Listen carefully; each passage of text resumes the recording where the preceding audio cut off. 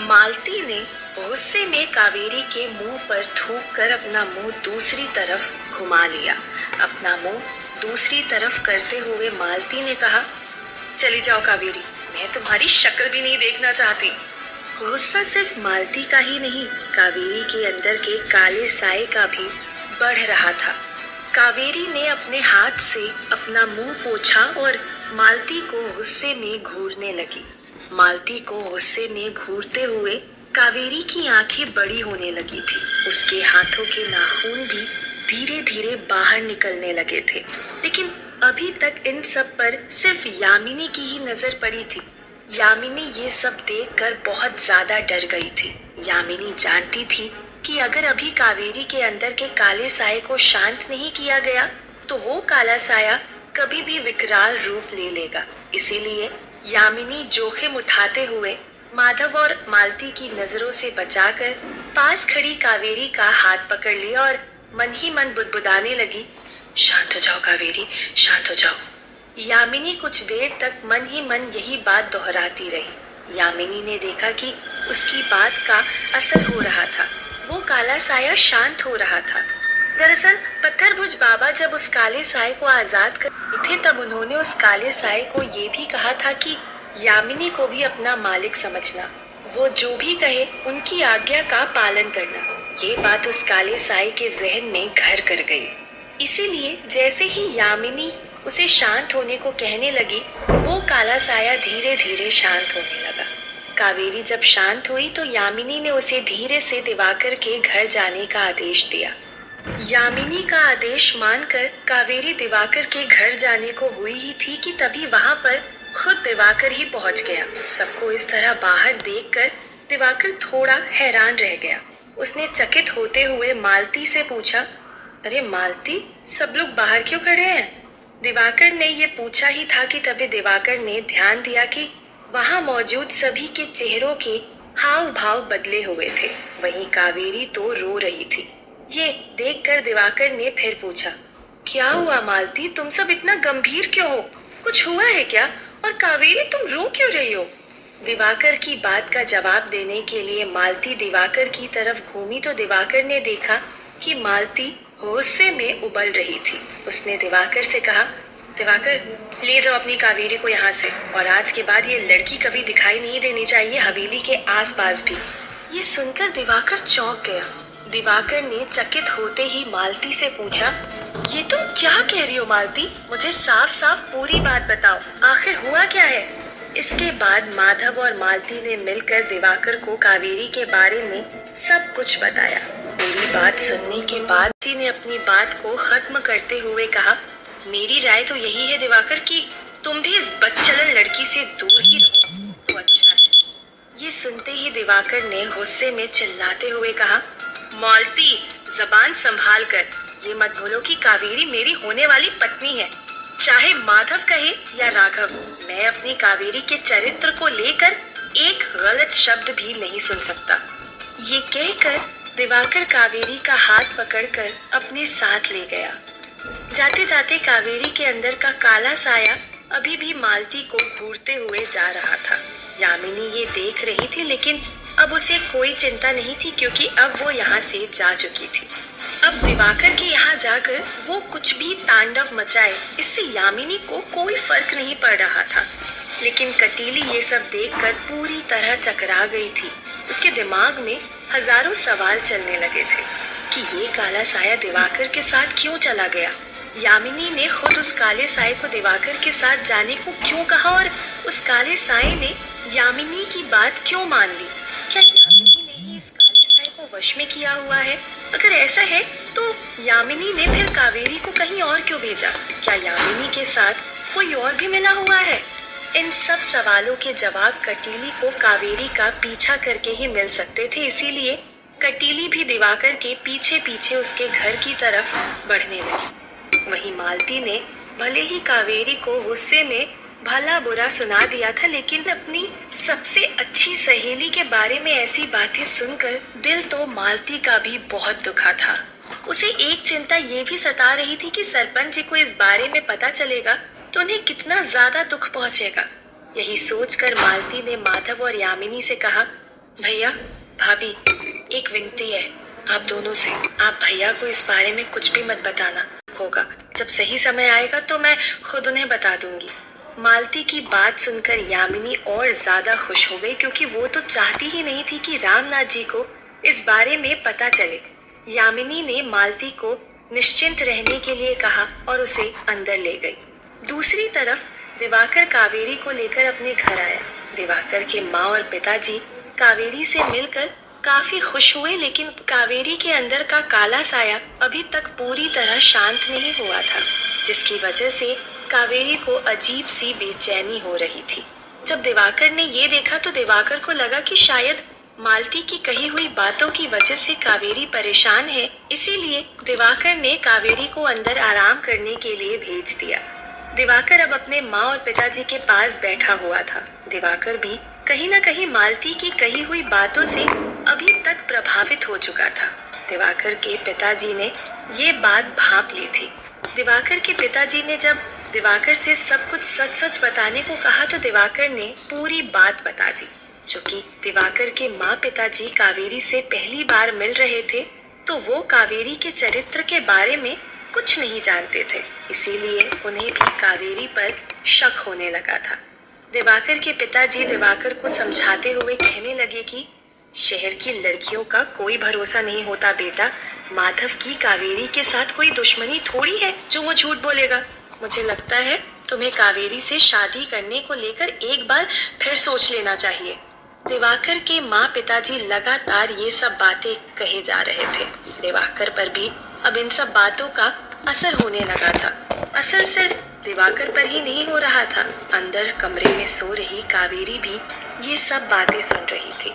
उसके अंदर का काला साया अब धीरे धीरे खुद को कावेरी ही समझने लगा था और कावेरी के बारे में कही हुई एक एक बात उसे चुभ रही थी। देखते ही देखते उसके गुस्से का पारा अब बढ़ने लगा था। एकाएक वो बिस्तर पर से उठी और बाहर की तरफ जाने लगी। जैसे ही कावेरी बाहर आई, उसे देखकर सब लोग चुप हो गए। कावेरी ने उन तीनों को गुस्से में घूरते हुए अपनी डरावनी आवाज में कहा, क्या हुआ? तुम सब चुप क्यों हो गए? कहो, क्या कह रहे थे मेरे बारे में?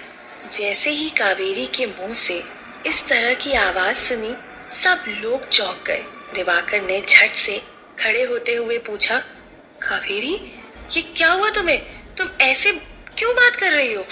कावेरी ने दिवाकर की बात पर बिल्कुल भी ध्यान नहीं दिया और दिवाकर के पिताजी की तरफ बढ़ने लगी। ये देख दिवाकर के पिताजी के डर के मारे हालत खराब होने लगी। कांपती आवाज में दिवाकर के पिताजी ने कहा, बेटा, लगता है कावेरी के अंदर कोई काला साया प्रवेश कर गया है। जा भागकर चंद्रकला को बुला कर ला। ये सुनते ही दिवाकर वहां से चंद्रकला के घर की तरफ भागा। कावेरी अब दिवाकर के पिताजी की चारपाई के बिल्कुल नजदीक पहुंच चुकी थी। कावेरी ने उसी डरावनी आवाज में फिर से कहा, क्या कह रहा था? कैसी होती हैं शहर की लड़कियां? बदचलन, वैश्या? हाँ, बोल। दिवाकर के पिताजी ने हाथ जोड़कर माफी मांगते हुए कहा, माफ कर दो बेटा, गलती हो गई, अब कुछ नहीं कहूंगा। दिवाकर के पिताजी ने ये कहा ही था कि तभी कावेरी ने अपने दोनों हाथों से चारपाई उठाई और उसे जोर से ऊपर की तरफ पलट दिया। दिवाकर के पिताजी दूर दीवार से जाकर टकराए। कावेरी ने चारपाई को अपने एक हाथ से ही उठाकर दूर फेंक दिया। दिवाकर के पिताजी दीवार के पास लेटे लेटे गिड़गिड़ा रहे थे और कावेरी उनकी तरफ बढ़ रही थी। ये देख दिवाकर की माँ ने कावेरी के पैर पकड़ लिए। कावेरी ने जोर से अपना पैर झटका और सीधे दिवाकर के माँ के मुंह पर दे मारा। दिवाकर की माँ के मुंह से चीख निकल गई और नाक से इतना खून निकला कि उसका मुंह लहूलुहान हो गया। दिवाकर की माँ वहीं अपना मुंह पकड़कर बैठ गई। वहीं दूसरी तरफ दिवाकर जब दौड़ता हुआ चंद्रकला के घर पहुंचा तो उसे पता चला कि चंद्रकला तो मायापुर में है ही नहीं। ये सुनकर दिवाकर एक पल के लिए अपना सिर पकड़कर बैठ गया। तभी उसे अपनी माँ पिताजी का ख्याल आया। वो वापस उठा और अपने घर की तरफ भागने लगा और वहाँ घर पर कावेरी ने दीवार के पास गिरे दिवाकर के पिताजी का गला पकड़ा और उसे अपने हाथ से ऊपर हवा में उठाने लगी। दिवाकर के पिताजी हाथ जोड़कर गिड़गिड़ा रहे थे, लेकिन कावेरी पर उनके रोने का कोई असर नहीं हो रहा था। अब दिवाकर के पिताजी के पैर हवा में उठ चुके थे और उनका दम घुटने लगा था।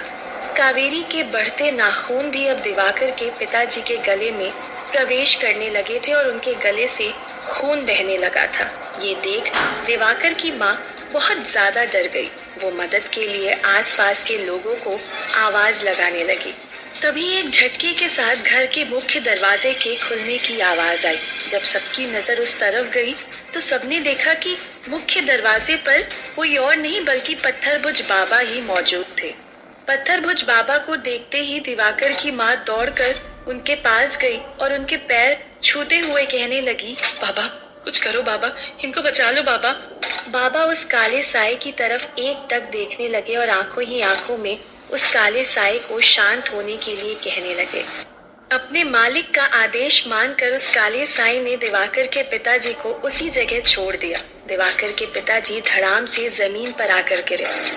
पत्थरभुज बाबा गुस्से में कावेरी के नजदीक गए और उसके बालों को जोर से पकड़कर बाहर की तरफ ले जाते हुए कहने लगे, इसे सबक सिखाने के लिए और इसके बारे में सब जानने के लिए इसे मेरी कुटिया में ले जाना होगा।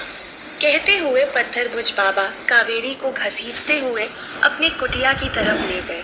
कावेरी जब घर से निकल गई तो दिवाकर के माँ पिताजी ने राहत की सांस ली, लेकिन जैसे ही ऊपर हवा में इन सब पर नजर रख रही कटीली ने पत्थरभुज बाबा को कावेरी को ले जाते देखा तो उसके होश उड़ गए।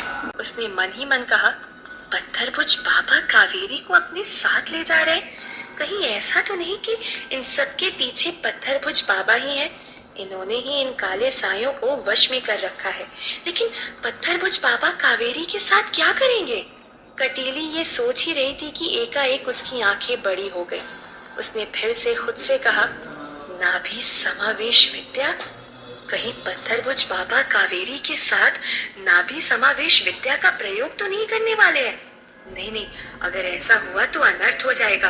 पत्थरभुज बाबा अखंड शक्तिशाली हो जाएंगे और अंगुना कभी भी अपनी बेटियों को मुक्त नहीं करवा पाएगी। मुझे जल्द से जल्द अंगुना बात बतानी होगी। ये सोच कटीली बिना देरी किए वहां से चली गई। इधर कटीली वहां से निकली और उधर दिवाकर भी दौड़ते हुए बस अपने घर पहुंचा। जैसे ही दिवाकर घर में दाखिल हुआ, उसने देखा उसकी माँ के नाक और मुंह से खून निकल रहा था और पिताजी दीवार के पास में आधी बेहोश हालत में गिरे पड़े थे, लेकिन कावेरी उसे आसपास कहीं नजर नहीं आई। ये देखकर दिवाकर बहुत ज्यादा डर गया। वो दौड़ता हुआ अपने माँ के पास गया और पूछा, माँ कावेरी कहाँ है माँ? जवाब देते हुए दिवाकर की माँ ने कहा, बेटा भगवान का लाख लाख शुक्र है कि सही समय पर पत्थरभुज बाबा आ गए और उस काले साए से हमारी जान बचा ली। इस पर झल्लाते हुए दिवाकर ने फिर पूछा, हाँ माँ, लेकिन कावेरी कहाँ है? जवाब में उसकी माँ ने कहा, पत्थरभुज बाबा उस काले साए के साथ चुड़ैल को भी अपने साथ ले गए बेटा। ये सुनकर दिवाकर ने चौंकते हुए कहा, क्या? लेकिन क्यों? आपको पता है ना पत्थरभुज बाबा थोड़े सनकी हैं, पता नहीं वो कावेरी के साथ क्या क्या करेंगे। कहते हुए दिवाकर अपने घर से निकलकर पत्थरभुज बाबा की कुटिया की तरफ भागने लगा। तब तक पत्थरभुज बाबा कावेरी को उसके बालों से घसीटते हुए अपनी कुटिया में लेकर पहुंच चुके थे। पत्थरभुज बाबा ने अपने पैर से धक्का देते हुए अपनी कुटिया का वो कमरा खोला जिस कमरे में उन्होंने तारा के साथ प्रयोग किया था। जैसे ही दरवाजा खुला, पत्थरभुज बाबा ने कावेरी को धक्का देते हुए उस कमरे में फेंक दिया और कमरा बाहर से बंद कर दिया। कमरा बंद करके पत्थरभुज बाबा ने सूर्य की तरफ देखा। सूर्यास्त होने में अभी भी थोड़ा सा समय बाकी था, इसीलिए पत्थरभुज बाबा सूर्यास्त होने का इंतजार करने लगे। वहीं दूसरी तरफ दिवाकर दौड़ते हुए पत्थरभुज बाबा की कुटिया की तरफ बढ़ ही रहा था कि तभी पीछे से हवा में उड़ता हुआ एक डंडा आया और दिवाकर की पीठ पर जा लगा। दिवाकर लड़खड़ाते हुए आगे जमीन पर औंधे मुंह गिर गया। दिवाकर अपने हाथों के सहारे उठकर पीछे की तरफ घूमने लगा, लेकिन इससे पहले कि वो कुछ देख पाता और समझ पाता, फिर से एक डंडे ने जोर से दिवाकर के ऊपर प्रहार कर दिया। इस बार का प्रहार सीधा सिर पर था। दिवाकर का सिर चकराने लगा और उसकी आंखों के आगे अंधेरा छाने लगा। देखते ही देखते दिवाकर वहीं पर बेहोश होकर गिर पड़ा। आखिर क्या है नाभि समावेश विद्या का प्रयोग, जिसकी वजह से कटीली भी इतना ज्यादा डर गई? क्या अंगुना पत्थरभुज बाबा को ये विद्या करने से रोक पाएगी? और क्या चंद्रकला कावेरी को बचा पाएगी, या इन सब से अनजान ही रह जाएगी?